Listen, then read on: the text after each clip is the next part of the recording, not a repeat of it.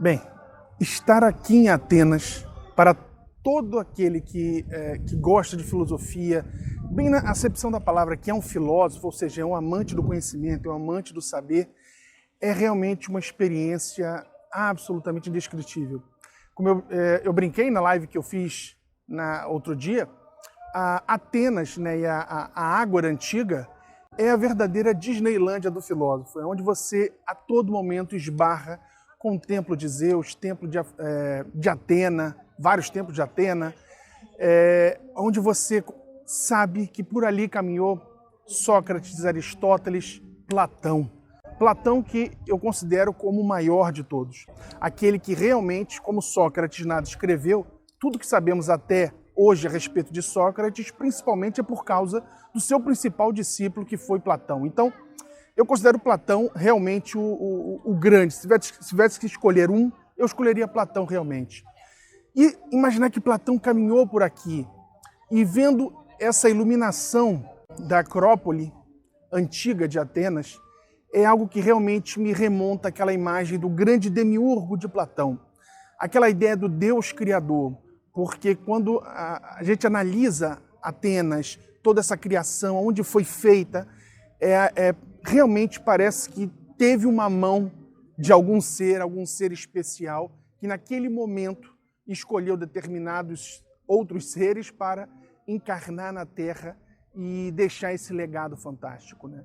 A ideia de Platão, quando eu observo tudo isso, a ideia de Platão, da teoria das ideias, né, do mundo das ideias, do mundo sensível, toda a sua forma de encarar o mundo, toda a sua forma de encarar o Estado, a luta dos filósofos nessa busca pela verdade, a busca dos filósofos por uma vida ética, por uma vida que pudesse realmente congregar em paz o maior número possível de pessoas dentro da polis.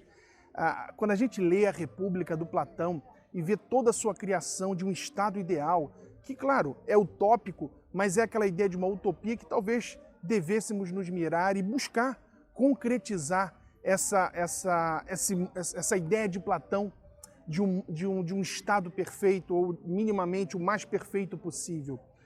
Observando a Acrópole, dá para a gente ter um pouquinho da ideia de como era magnífica aqueles momentos há tantos anos atrás, mais ou menos 300, 400 anos antes de Cristo, né? Como era fantástico realmente caminhar por aqui. E, como eu falei, não dá para não acreditar numa ideia de um grande Deus demiurgo, de um Deus criador, de um Deus que é onisciente, é onipotente, que realmente escolheu aquele momento para permitir que pessoas encarnassem, que seres encarnassem aqui na Terra, para nos deixar esse legado de sabedoria, esse legado de conhecimento, que até os dias de hoje nos encanta e nos encanta e é uma grande emoção estar aqui em Atenas, podendo estar vislumbrando e visualizando essa beleza que é a iluminação da noite da Acrópole ateniense. E apesar de Platão elaborar a teoria do demiurgo, né, do Deus criador, do Deus que cria tudo, do Deus que cria toda essa natureza aqui em volta na Grécia, Platão ele tem uma preponderância muito clara sobre esse mundo, o mundo chamado mundo físico. Para Platão, o mais importante é almejarmos o mundo das ideias. Apesar de toda essa beleza, de toda essa criação, a ideia de que o ser humano precisa ir se desprendendo das coisas físicas, da opinião, da doxa. E ele só consegue alcançar isso através dessa abstração, dessa ideia do mundo das ideias. E como que ele adentra o mundo das ideias? Utilizando dois elementos essenciais para isso: razão e filosofia. Só através do uso da razão, pela filosofia, é que você consegue sair desse mundo da opinião, desse mundo da incerteza. A filosofia de Platão, ela com toda a influência socrática, ela é característica em relação a essa ideia da busca pela verdade. Platão e Sócrates inauguram uma nova forma de pensar, uma nova forma de filosofar. Até o pensamento dos pré-socráticos, a questão da verdade era vista de uma forma completamente diferente. Talvez Parmênides e os eleatas sejam mais próximos ao que Platão idealizava como sendo o correto. Mas, de resto, a ideia de um apego muito forte a verdades universais se deve muito através de Sócrates e Platão. É a crítica que Nietzsche vai fazer a ambos, né, especialmente no caso a Sócrates, de que seria o filósofo que buscava essas verdades universais, e Nietzsche vai dizer o filósofo de uma visão só. E é a visão também de Platão. A grande questão para a filosofia está bem nítida na famosa alegoria da caverna de Platão, que é sair da escuridão, sair da ignorância e adentrar ao conhecimento. E para isso é condição sine qua non se desprendendo dos instintos, dos prazeres mundanos, de tudo que for físico. A grande questão do pensamento filosófico de Platão é essa busca desse mundo metafísico, né, dessa abstração. Não à toa que Platão vai dar uma grande importância para a matemática. A matemática vai acompanhar toda a ideia educacional de Platão. Desde a mais tenra idade até a preparação para que os reis filósofos, né, possam governar, a matemática, e aí incluindo todas as áreas, principalmente a geometria, são sempre muito importantes. E, claro, tem tudo a ver com esse pensamento de Platão. A matemática é uma abstração, via de regra. Então, Platão vai dar essa importância e a sua filosofia podemos dizer, né, o início de um pensamento metafísico, né, que vai ser muito criticado a partir, principalmente, como eu falei, de Nietzsche e de outros, né, encontrando em Heidegger toda essa discussão da questão do ser, o ser para Platão, a ideia dos universais, de algo que é imutável, algo que foi, é e sempre será.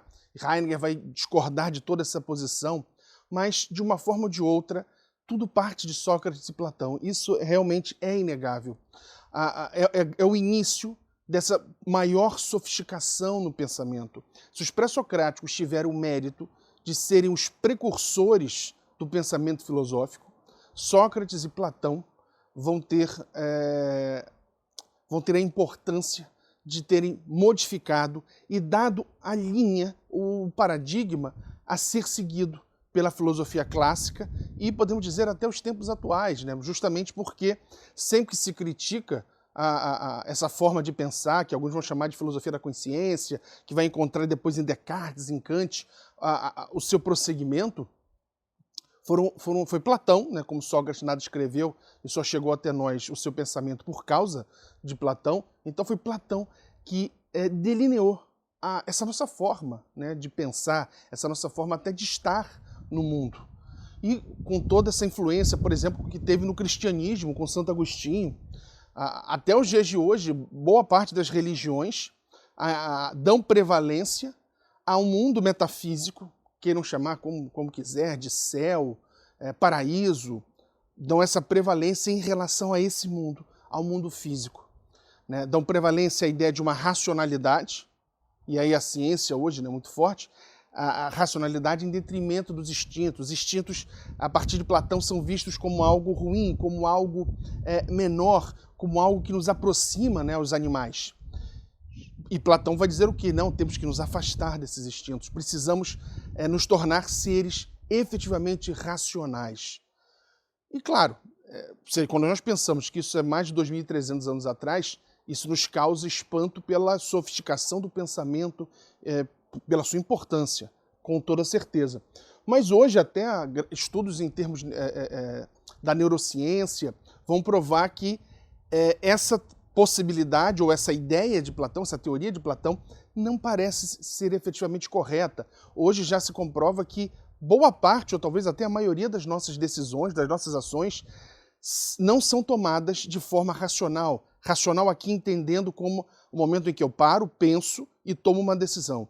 Boa parte das nossas decisões são tomadas pelo nosso cérebro de forma mais aleatória. Quando compramos o produto A ou o produto B, por exemplo, quando não nos preocupamos em respirar, quando os nossos órgãos funcionam sem realmente nos darmos conta disso, é o nosso cérebro mandando informações armazenadas e afins para que o nosso corpo funcione, para que nós tomemos uma decisão ou outra.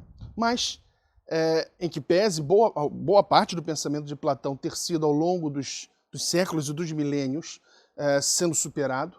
Estudar Platão, ler o seu pensamento continua sendo imprescindível, continua sendo impressionante pela força dos seus argumentos e pela força da influência que ele teve na nossa forma de pensar até os tempos atuais.